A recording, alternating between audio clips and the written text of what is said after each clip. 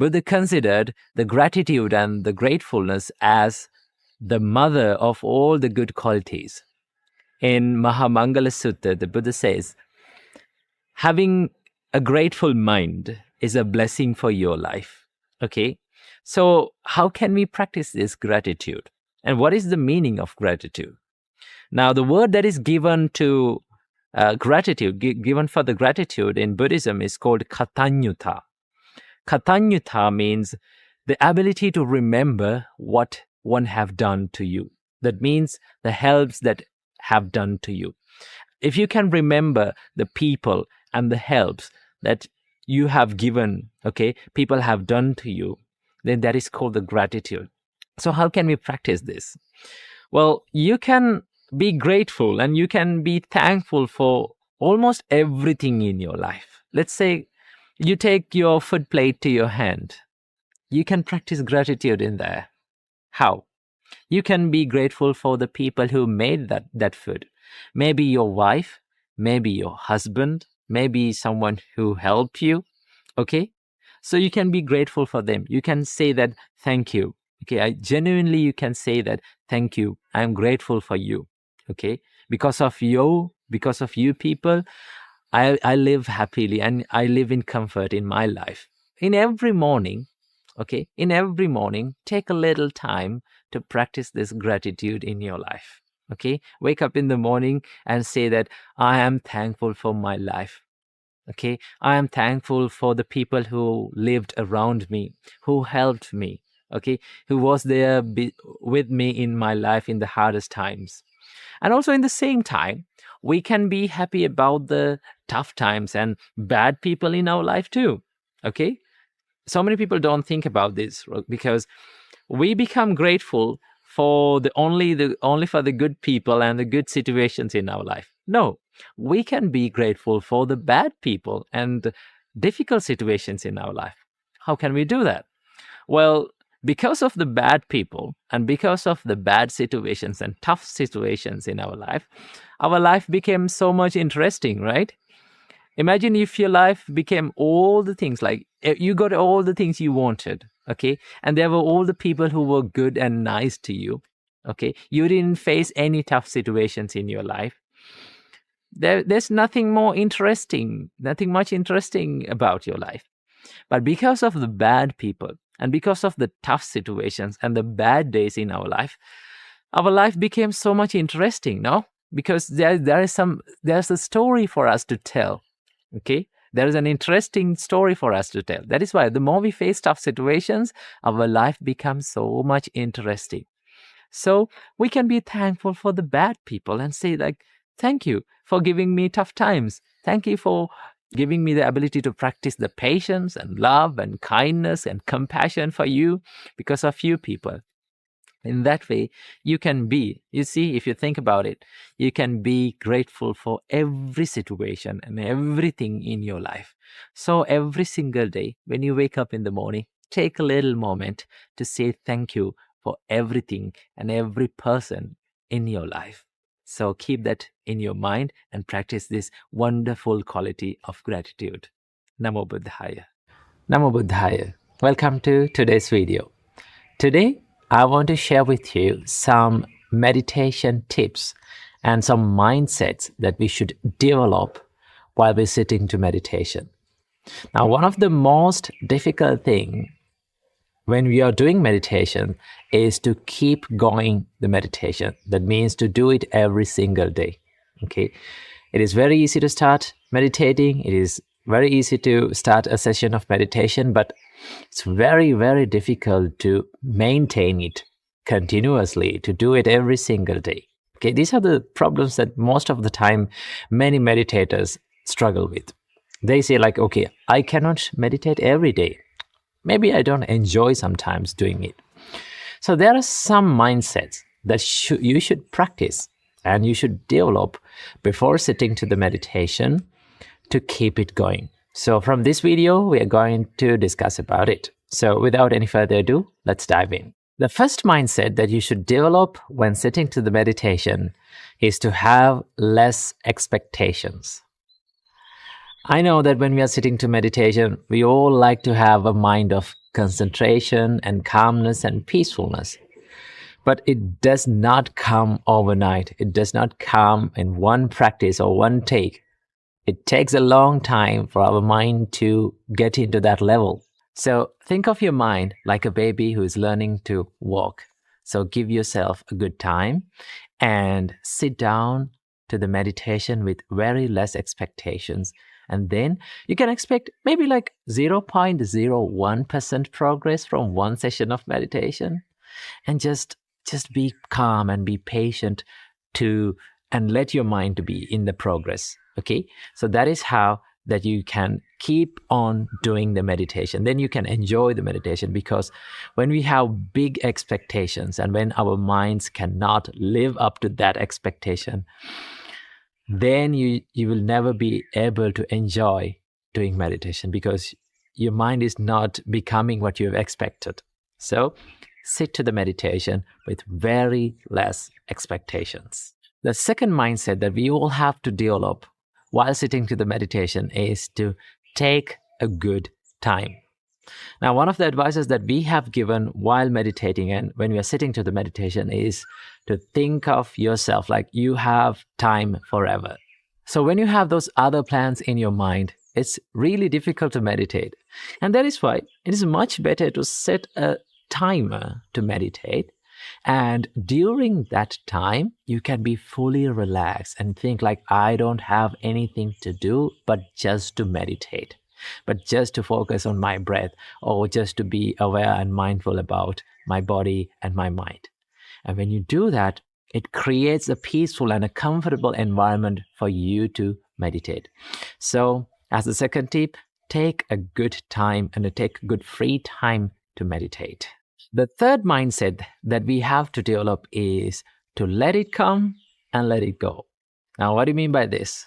Now, sometimes when we meditate, it is not always possible to be concentrated and to be focused. Sometimes your mind becomes distracted by some other thoughts. But I would say, as long as you're mindful and if you're aware of your thoughts, let it come, okay? And observe it. Don't go behind it. Don't try to chase behind it. Just observe that it is a thought. Observe and identify it as a thought, and then just let it go. Okay? It's something like this. It's not as easy as you think, but if you keep on doing it and if you try to do it, you will be good at it. It is something like this. It's like you're watching a traffic pass by. Okay? You're sitting beside the road and you're watching a traffic pass by. There are vehicles and there are vans and bicycles and buses you pass by. You are not trying to stop these vehicles. You're not trying to chase behind these vehicles. Just you sit by the road and just watch it. Okay? So we don't want to force our mind, or we don't want to force our thoughts to stop it or do anything kind of like that. The best thing is to observe it. Okay? Let it come and observe and identify it as just it is a thought and let it pass away. Okay? When you do that, it's very easy for you to keep on doing meditation, because sometimes when distracting thoughts or distracting sounds and like people, when you hear certain sounds and thoughts, when you feel those things, you try to fight with it. Okay, you try to struggle with it, and you think, oh, this is a distraction. Okay, as long as you focus on the distraction, and as long as you focus and you think like it is a trouble, it will always be a trouble. So that is why you should let your distracting thoughts come and identify it. Don't be panicked. Just let it go. Okay, that is one way to be, and that is one way to practice meditation very peacefully and happily. And last but not least, the final practice and final mindset that we have to maintain during meditation is to be gentle with yourself. Like I said before, think yourself like a little babies. When we all step into meditation, we all are like babies, little babies who are learning how to walk. Okay, so think of a baby. We are not forcing the baby to walk. Okay, we're not forcing him, or we are not telling him to walk by force. Just we let them to walk. Okay, we take a good time and we be gentle with them. Okay, we guide them, but we let them walk, not we force them walk. Okay, so it is much better to be gentle with yourself. Sometimes you may not feel or you may not see any progress while doing meditation, but as long as you keep on doing it, as long as you enjoy doing it every day, trust me, it will make a big progress in your life. So be gentle with yourself while meditating. So these are few mindsets and few things that we all have to develop while doing meditations. So add these mindsets to your meditation and enjoy a happy and a peaceful meditation. Namo Buddhaya. Namo Buddhaya. Welcome to today's video. Today, I want to share with you how can we deal with accusations in life. Now, there are two types of accusations. The first one is the true accusation, and the second one is the false accusation. Now, no matter how good we are, no matter how better in life we are, mistakes can happen and people can accuse us. So how can we deal with this? Now, in Buddhism, it teaches you when you have been accused in any kind of way, whether it is a true accusation, whether it is a false accusation, you have to establish two qualities in your mind. Okay? What are these two qualities? In Buddhism, it teaches you have to establish the truthfulness in your mind. Okay? You have to be truthful. The second one is you have to be kind at that time. You have to establish the love and kindness at that time. Now, why should we practice and why should we establish these two qualities? Most of the time, when we have been falsely accused, one of the things that we lose is our kindness and our patience. We become panicked and we try to prove ourselves that we are not wrong, we are right, and we use anger and we use that rudeness to prove ourselves that we are right.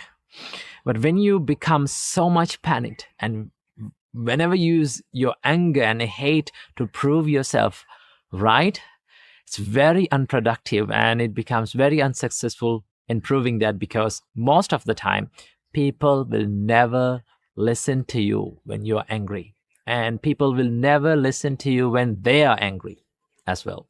So that is why in Buddhism it teaches you first thing that one of the best things that you can do is to be kind and to be patient when you are being accused. And the second quality is to establish your mind in truthfulness. Now, what do you mean by that? Let's say you've been accused for a mistake that you have done. Okay. Sometimes we don't like to accept that we have done a mistake. Okay. So at that time we lie and we say like, no, we didn't do that. I didn't do that. But in Buddhism, it teaches you if you have done a mistake, just accept it and make it correct. Try to correct yourself. Okay? And if you have not done it, you have to clearly say, and patiently with kindness and compassion, you have to clearly say that I didn't do it. Okay? So in that way, you have to establish the truthfulness in your mind. These are the two qualities that we have to practice and you have to develop when we have been accused in any kind of way. So when we add these wonderful two qualities to your life, you try this and see the difference that you get from the accusations. When you accept the mistake that you have done, you gain the trust of the people around you. Okay? So it is very important to practice these simple two qualities in your life. Practice these things and be happy. Namo Buddhaya. Namo Buddhaya. Welcome to today's video. Today, from this video, I want to share with you one of the most inspirational and one of the most controversial statements from the Buddha. The Buddha said, Attahi attano nato, kohi nato parosya, attanahi sudantena, nathang labati dullabha. The Buddha said, Attahi attano nato, oneself is one's own refuge. Kohi nato parosya, how can another person become the refuge of another person? With enough self-discipline, right? With thorough self-discipline, one can attain one's own refuge. Now, in life, Sometimes we wait for other people to come and change our life, come and save our life. But the Buddha says that this is a sad news, but it is the truth, that no one is coming to save you but yourself. No one can save you but yourself, right? And that is what Buddha teaches you. Try to save yourself by yourself. Now, even the Buddha said, even I cannot save you. I'm not your salvator. The Buddha said that I'm not your salvator. I cannot save you. I can show you the path. I'm a teacher. I'm the guider, but I cannot ascend you to your happiness. I cannot take you to your happiness. The Buddha said that what I have done is showing you the path, right? But by yourself, through yourself, you have to walk the path alone. And that is why in Buddhism, it is all about exploring who you are through yourself, by yourself. Okay? And that is why we have to remember that we are all alone in this world. There is no one that can save us. There are people who can help us. There are people who can guide us, but there is a limit. For an example, if you are going through a tough time in life, let's say you are having anxiety or depression, people can help you. People can tell you what to do and what not to do, and they can guide you. But by yourself, by all means, by yourself, you have to deal with that problem. You have to go through that situation, and you have to heal yourself. And that is why I believe, in Buddhism believe, that there is nothing in this life that can destroy you other than your thoughts. And there is nothing in this world that can save you and that can heal you other than your thoughts and how you live in your life. And that is why in Buddhism, it is more given a big space about the self-discipline, to be self-disciplined and to practice it and to explore who you really are. So always remember that no one is coming to save you but yourself. No one can save you but yourself. Keep this in your mind and keep practicing the good things. Namo Buddhaya. Namo Buddhaya. Welcome to another video. Now, you probably heard about this Buddhist statement and Buddhist saying that says, nothing is permanent in this life and everything is subjected to change. Now, this is one of the core and main teachings in Buddhism, and in Pali language, we call it anicca. Anicca can be literally translated as impermanence or subjecting for something to be changed. Okay? So what did really Buddha taught about anicca or impermanence? Let's take a look at it. Now, when we talk about impermanence, now everything that is around us, that we can see, that we can hear, that we can feel, has one nature in common, and that is it is subjected to change. That is one nature that is shared with all the things that are around us. Okay? From the smallest atom to the biggest thing in this world, everything is subjected to change and everything is ever changing. There is nothing stable in life. Now, normally when we look at, now it seems like very easily recognizable phenomena and a process, but let's say like this, for an example. Now, there's a cup here, right? Now, if I ask from you, how does this cup become impermanent? How do you answer? Or then you can say, oh, this falls down. When it shatters, it becomes impermanent. Okay? That is one way of understanding and one way of recognizing what is impermanent. Now, what Buddha meant about anicca or impermanence is a way more subtler impermanence than what we talk about. Okay? Now, the Buddha said, your feelings and your thoughts and your perception and your weave towards this cup becomes impermanent and it is ever changing. Now, that impermanence happens now, right? For an example, like, let's say now you can say this is stable. Okay, this is not changing. This is not shattered. It stays. But our thoughts and our feelings and our perceptions are ever changing right now, right here. So to understand that kind of impermanent is way more subtler and it is very, very difficult. And that is why we need the meditation practice and spiritual practice to understand this. So how can we recognize and how can we realize this nature of impermanence? Now, the Buddha said the first step is to slow down and to be calm. The Buddha said you cannot comprehend and you cannot realize this kind of impermanence through a distracted mind. When your mind is distracted, it is very difficult to focus on this impermanence. And that is why the Buddha introduced samatha meditation or calming meditations to calm down your mind. And in the meantime, in the same time, we have to practice the wisdom through learning the Buddha's teachings and through wisely reflecting on the reality to bring up the wisdom that is within us. When the calmness and the peacefulness and concentration paired with wisdom, the Buddha said that you can reach and you can identify and realize this kind of impermanence. So what Buddha meant by anicca is a way more subtler and way more deeper meaning than the normal and superficial meaning of impermanence. So that is what Buddha meant.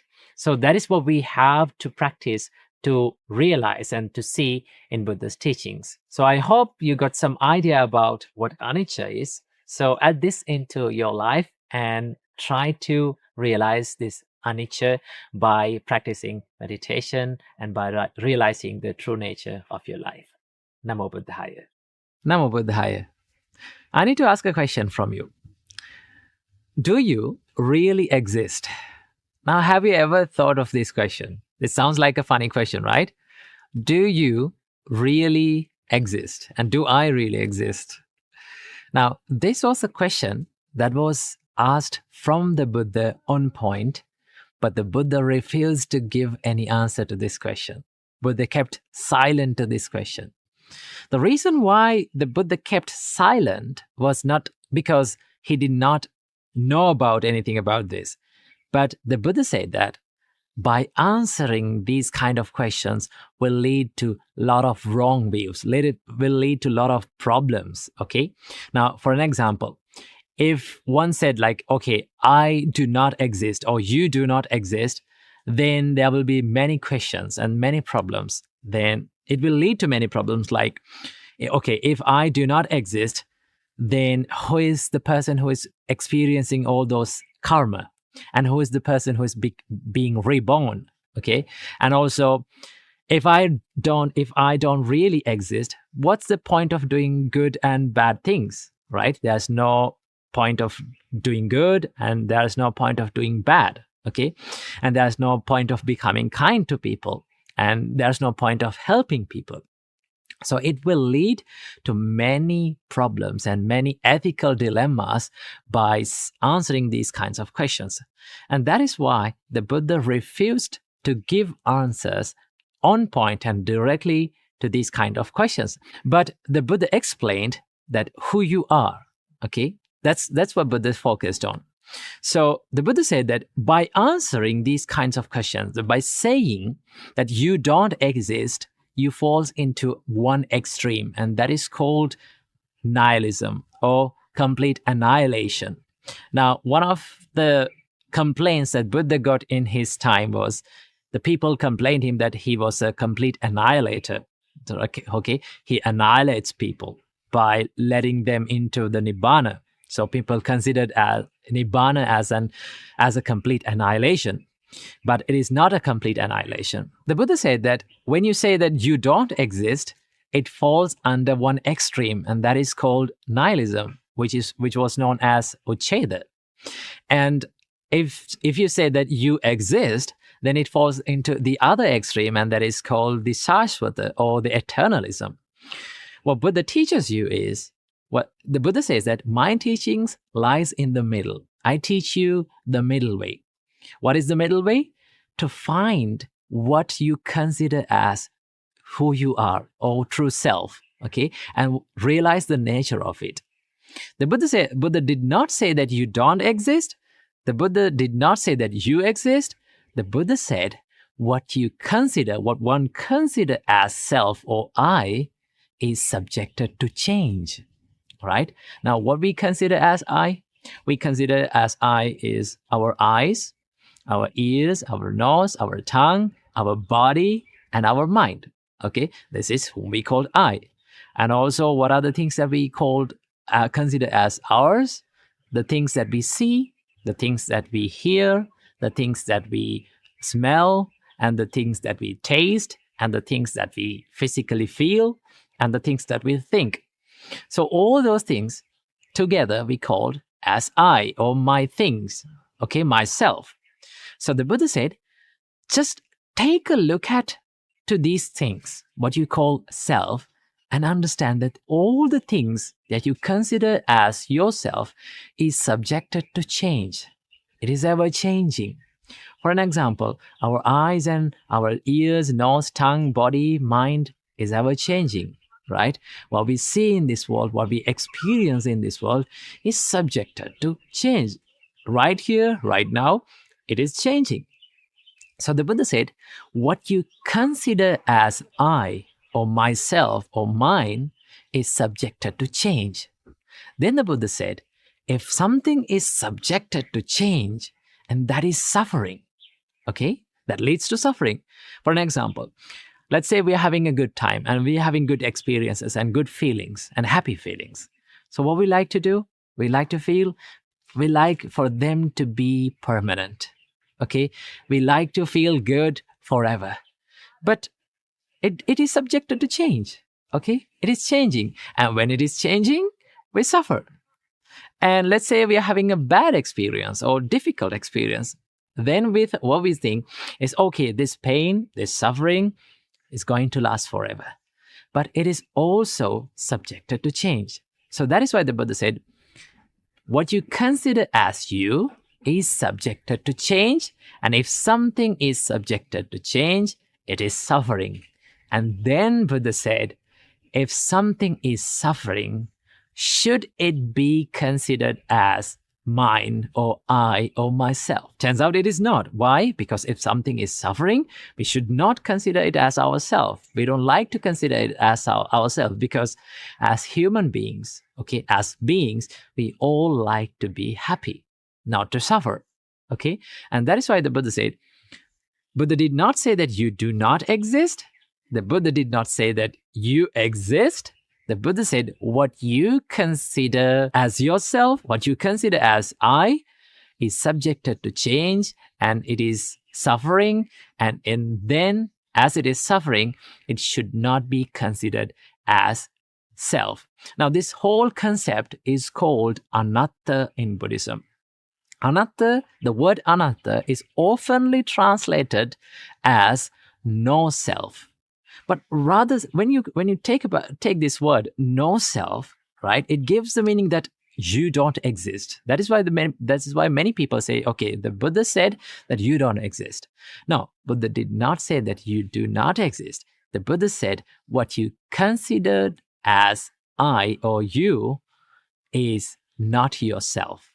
Okay, it should not be considered as yourself, and that is what the concept of anatta. Rather than saying no self, it's much better to say that it is not self. And this is the whole idea behind the concept of anatta in Buddhism. So I hope you learned something new today. I wish you all, may all of you be happy and healthy. Namo Buddhaya. Namo Buddhaya. Welcome to today's video. What should we do when we have been criticized? Now, no matter how good we are, no matter how talented we are, okay, no matter how skillful we are, we've been criticized, and we all will be criticized even in the future, okay?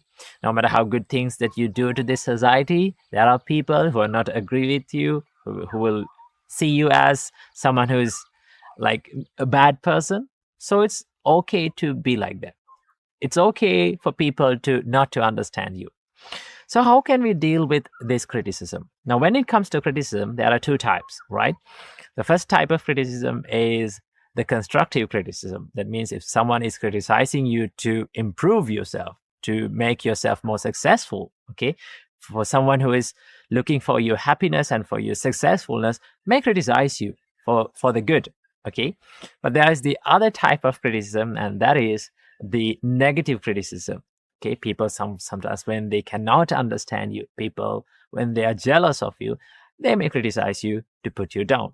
So how can we deal with it? Now, I found this wonderful story in Buddhism that teaches you something about criticism. In the past, in the Buddha's time, a group of people went to a monastery and they wanted to meet some monks. So, first of all, they went to a monk and he was living kind of a silent and very secluded life. He didn't prefer to talk much. So, they went to him and they met with him and asked to preach some teachings in Buddhism. But this monk was so silent, so he used to stay silent, maybe talk a few words and didn't give much information, right? So they start to criticize that monk, saying like, this monk is staying silent. Why he doesn't know anything, right? So they start to criticize. And they went to the other monk to meet, and that monk had a good idea and good way of explanations, and he knew about very deep teachings of Buddhism. And that monk explained very deep and profound teachings in Buddhism. So they could not understand that. Then what they did was they started to criticize, oh, he teaches very complex things and we cannot understand anything. Teach us something simple, right? So they criticized that monk as well. Then they went to the next monk and he was using very simple ideas and very simple ways of explanation to them. And he was explaining the Buddhism in a more simpler way, right? Then that group of people start to criticize that monk as well. Oh, he's being always simple and superficial and using these simple things we all can understand. Teach us something complex and teach us something deep. Now, all these three monks was confused, like, why do they do it like this? So they went to meet the Buddha. These three monks went to meet the Buddha and informed this incident. Then the Buddha said, no matter you stay silent, no matter you teach complex stuff or like profound stuff, or no matter you use simple words to speak, you will always be criticized by people. That's the nature of this world. No one has never been criticized in this world. Okay? So that is why we have to understand criticism is something that we all face in all of our lives. One thing that you have to be okay with is that for people to not to understand you. Okay? Not every person can understand you. Not every person can comprehend that what you are doing. As long as you're doing good, as long as you're doing something helpful for yourself and others, then keep on doing it, whether you've been criticized or not. So that is what we have to have. That is the view that we have to have on the criticism. If you're doing something good, keep on doing it. Do not ever stop being a good person and doing good because of people who cannot understand you. Keep that in your mind. Namo Buddhaya. Namo Buddhaya. In Buddhism, there is a practice called Sila. Sila is the way of self-discipline and moral conduct and virtuous behavior. So let's talk about Sila from this video. So fundamentally, all Buddhists practice 5 precepts. These 5 precepts are abstaining from killing beings, abstaining from stealing, abstaining from sexual misconduct, abstaining from telling lies, and abstaining from using intoxicating drinks and drugs. So these are the 5 precepts that all laymen and laywomen practice. And on Poya days or full moon Poya days and full moon days, which is a special day for all Buddhists, they practice 8 precepts. And for a novice monk or a junior monk, they get 10 precepts to practice.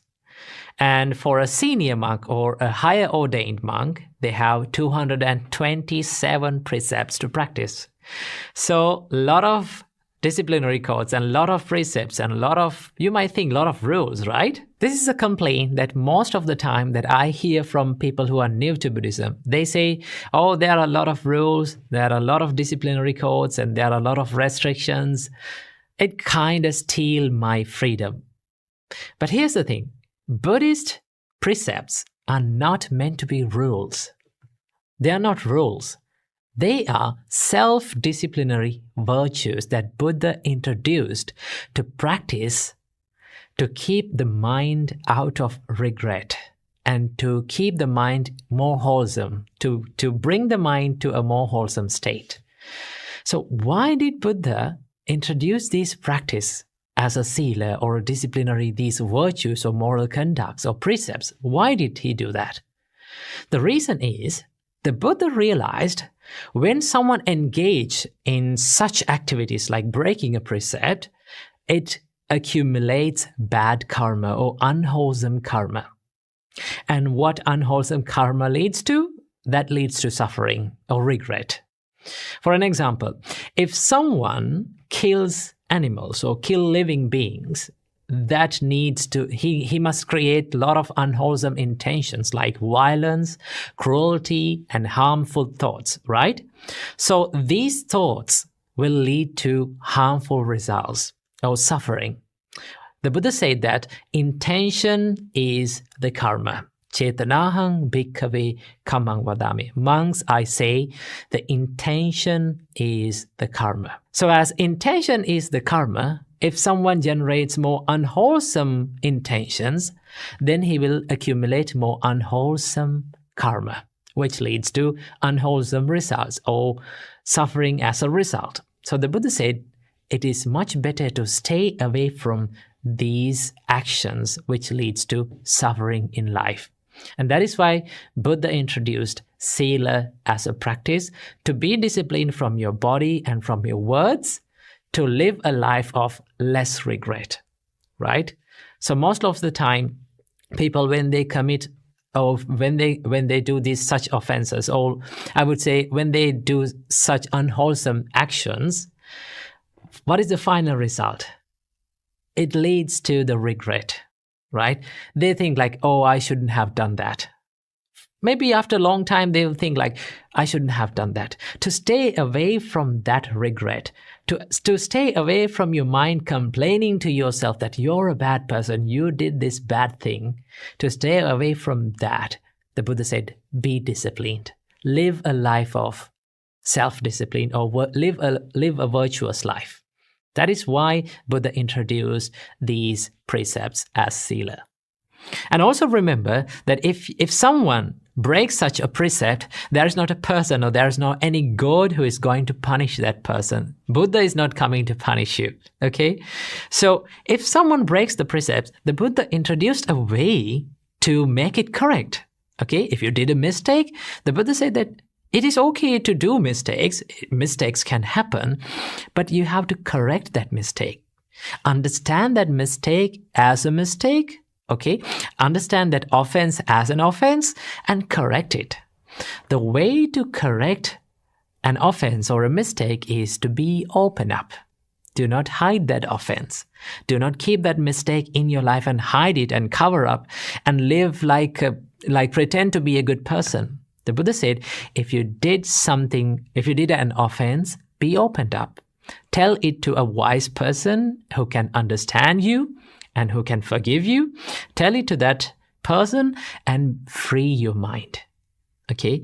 That is why in monk's tradition, usually in monk's disciplinary codes, if a monk did an offense, or it is called apatti in monk's tradition. If apatti has happened, a mistake has happened, the way that we can correct that mistake is to go to a brother monk or a spiritual companion and to be open up to him, to say that I did this offense, this mistake has happened within me, so I'm going to correct it. I'm trying my best to protect and to be disciplined hereafter. And that is the way that we correct our mistakes. So you may be wondering, what is the use of practicing sila or being disciplined? So in Kimatthiya Sutta, the Buddha explained this to Venerable Ananda. Venerable Ananda asked from the Buddha, Bhante, what is the purpose and benefit of wholesome, virtuous behavior, which is sila? The Buddha says, Ananda, the purpose and benefit of wholesome, virtuous behavior is non-regret. By practicing sila, it leads to non-regret. And what is the purpose and benefit of non-regret? The purpose and benefit of non-regret is joy. And what is the purpose and benefit of joy? The purpose and benefit of joy is rapture, is more spiritual pleasure. And what is the purpose and benefit of rapture? The purpose and benefit of rapture is tranquility. And what is the purpose and benefit of tranquility? The purpose and benefit of tranquility is pleasure. And what is the purpose and benefit of pleasure? The purpose and benefit of pleasure is concentration. And what is the purpose and benefit of concentration? The purpose and benefit of concentration is the knowledge and vision of things as they are, the realization of reality. And what, Bhante, is purpose and benefit of the knowledge and vision of the things as they are? The purpose and benefit of knowledge and vision of things as they are is disenchantment and dispassion. And what is the purpose and benefit of disenchantment and dispassion? The purpose and benefit of disenchantment and dispassion is the knowledge and vision of liberation. So the whole practice, whole steps leads to the liberation. So one must practice the Buddhist precepts to find the liberation, which we call vimukti in Buddhist tradition. So being disciplined, it will make you liberate. So someone can think being disciplined and having these disciplinary codes will lead to like restricted life, more difficult life, more boring life. Someone can say, usually people say that, oh, monks' life is so boring. They have a lot of things to, like a lot of restrictions and a lot of rules to practice. It is difficult. It is boring. Actually, the monk's life is so interesting and more enjoyable and more happy, because so many things, like you haven't tried this. That is why some people think that this is boring. But this is one thing, one life that one can enjoy very much and which is very peaceful. So always remember, by being disciplined, you can free your mind. And that is why we believe that discipline leads to the freedom. So that is why in Buddhism, it is practiced the sila or the self-discipline. So this is a little information about sila or the practice of self-discipline in Buddhism. So I hope you got some idea about this. So let's meet in the next video. Namo Buddhaya. Namo Buddhaya. Welcome to another video. We all know that it is really, really difficult to find our own mistakes and our own faults and correct them. But it is really easy to point out other people's mistakes and find other people's faults. This is one lesson that my parents taught me when I was a child. They said, son, when you point one finger towards others, there are 3 fingers pointing at you. Sometimes there are many mistakes in ourselves, but we keep on finding other people's faults, other people's mistakes. But we all know that we should stop finding faults in others, but it is really difficult. Why is it is difficult? It is because of this habit, the mental pattern of finding faults in others. Luckily, this is a habit which we can change, which we can take control and stop it. So there are a few things that we have to understand and we have to realize to stop finding faults on others and be more focused on ourselves. In Dhammapada, verse number 50, the Buddha says, Naparesang vilomani, naparesang katakatang, attano avikeya, katani akatanicha. One should not find other people's faults. One should not find what good or bad others have done or not have done. Rather, one should find what mistakes and what good or bad things that one has done or has not done. So this is how to be focused on ourselves. Once you realize that no one in this world is perfect then it is very easy to understand about why they make mistakes and why people keep doing wrong things. Most of the time, we used to complain why they are doing this, right? Why people are behaving like this? Why can't they behave like me? Why can't they be like me? But turns out that no one can be like you. Do not expect people to be like you. Okay? People are people.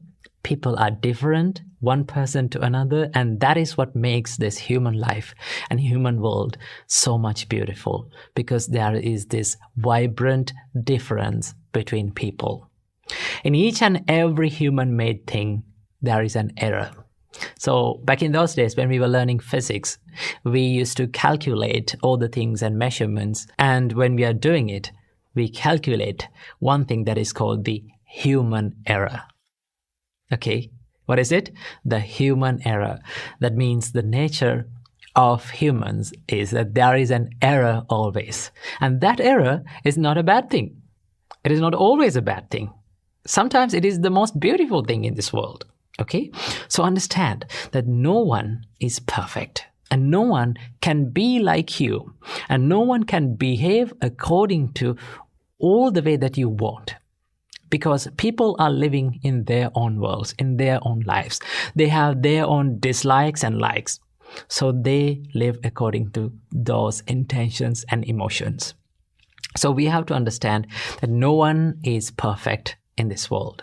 And also understand that everyone is struggling in this life. Right? There is this unsatisfied nature in everyone's life. Isn't it? This is one thing that we have to understand. This is one of the major teachings in Buddhism. The Buddha says that realize that there is this unsatisfied nature in your life, right? Understand it as it is. And once you realize that there is this unsatisfied nature in your mind, you can relate it to other people as well. Same as I am unsatisfied and same as I am suffering in my life, other peoples are also suffering. Other peoples are also struggling in their life. So they will make mistakes. They will do wrong things. So these are the things that we have to understand, just to not to find faults on others, but to rather be focused on our mistakes and our doings and non-doings. So understand these things.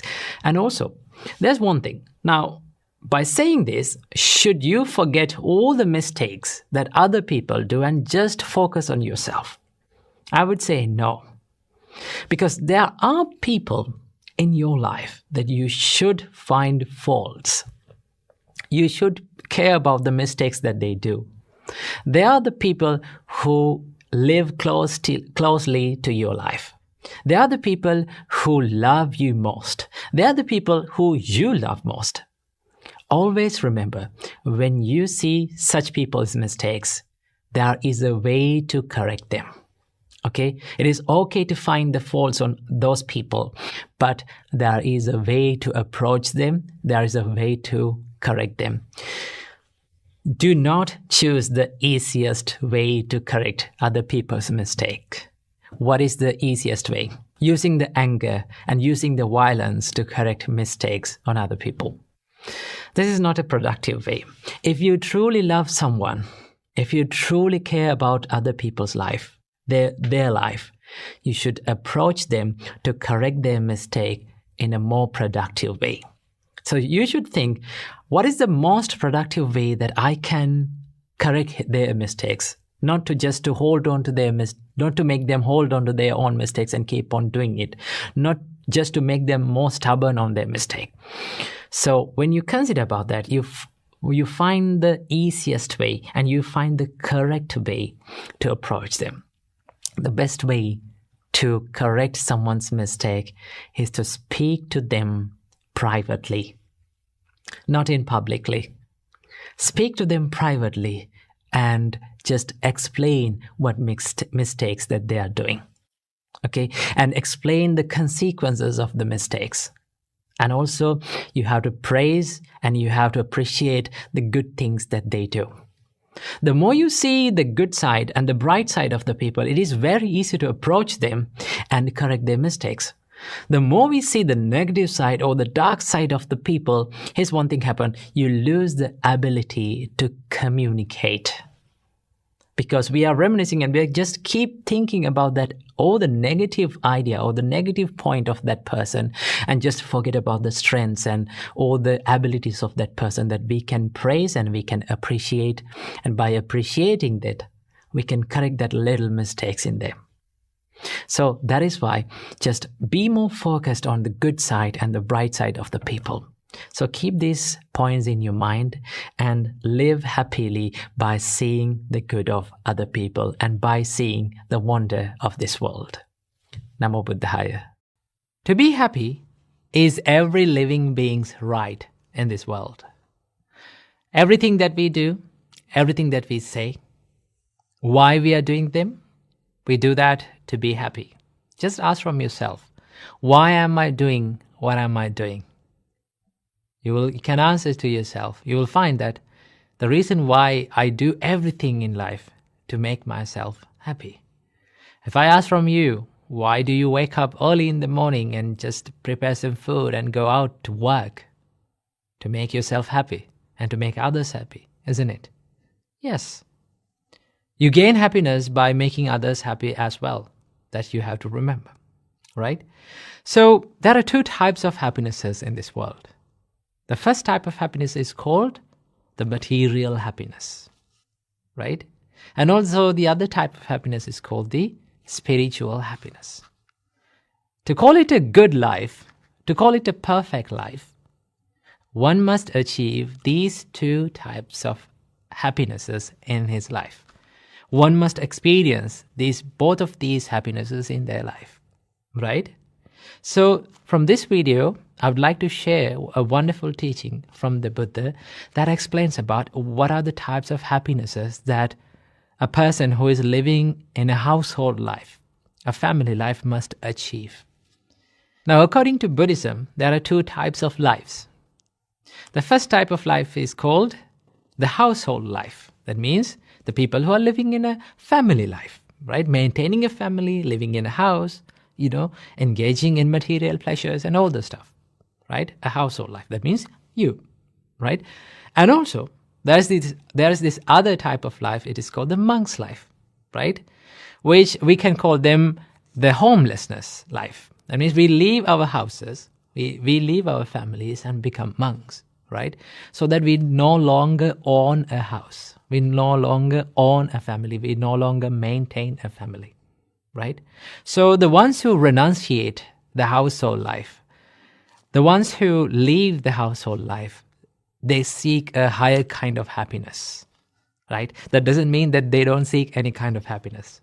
We as monks, why we become monks is to seek the spiritual happiness.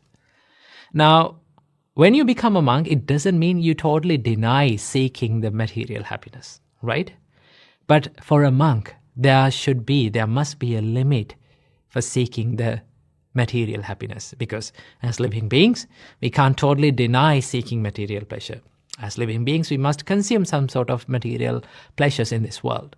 But that seeking, that consumption of material pleasure must not disturb the peace and the spiritual happiness that a monk is seeking. Right? So, for monks, there are limitations for material happiness. Okay? But it is less of the material happiness and more of the spiritual happiness. So, in this teaching of the Buddha focuses on household life.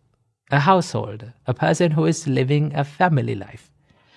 To call that life a perfect life, a good life, the Buddha says that there are 4 types of happinesses that a householder must achieve in their life, right? The first type of happiness, the Buddha called it Ati Sukha. What is it? Ati Sukha.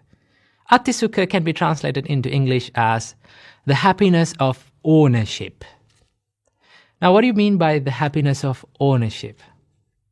Buddha explains the happiness of ownership as one must work hard, put his time and energy and strive and earn money righteously in the correct way, right? He must earn money, he must earn wealth in the righteous way. Now, what do you mean by in the righteous way? Is by you should earn money without harming anyone, without harming yourself and without harming the other people, without harming the society, right? If you earn money without harming anyone, that is the righteous way of earning money. Now, Buddha said, as a householder, you must be happy and you must enjoy earning money, right? Buddha was someone who did not say that you should not pursue happiness. You should not pursue material happiness. The Buddha said, if you are a householder, you must do that. That is your duty, right? So the Buddha said, strive hard, work hard, put your time and energy to what you're working on, and earn money righteously. That is a happiness that you can gain, right? When you have enough money to your life, then you can be happy about thinking that I own this wealth. This is my wealth. That is sort of a happiness that one can gain, right? That is the first type of happiness that Buddha said a householder must achieve in their life at some point in their life, right? That is the first one. The second type of happiness that Buddha taught for householders to achieve is called bhoga sukha. The bhoga sukha can be translated into English as the happiness of enjoyment. Now, first you earn money, right? Now you spend money and enjoy it in the correct way, right? The Buddha says that you have to spend money in a way that you should not harm yourself and you should not harm the other people as well, in the righteous way, right? So that when you spend money doing good things like helping people, helping your parents, with your money, with the money that you righteously earned, and when you spend that money on the people who you love, right, to make them happy, it gives you a happiness, right? It is a great happiness that one can achieve. That you have to achieve in your life. Okay, so the second type of happiness the Buddha taught to achieve is called the bhoga sukha, the happiness of enjoyment. The third type of happiness that Buddha taught us to enjoy in the life is called the happiness of freedom from debt. That we called ananasukha. Ananasukha is the happiness of freedom from debt. Now, when you are free from debt, let's say you don't have any loans or any debt to pay, right? You're financially free. Then how much freedom that one can feel, right? You feel freedom, you feel a happiness that I'm no longer in debt to anything, right? I don't have any loans to pay, I don't have any debt to pay, so I'm financially free. That is a happiness that a householder must achieve in their life, right? That is a great happiness that one must achieve. The freedom, financial freedom, right? This is the third type of happiness.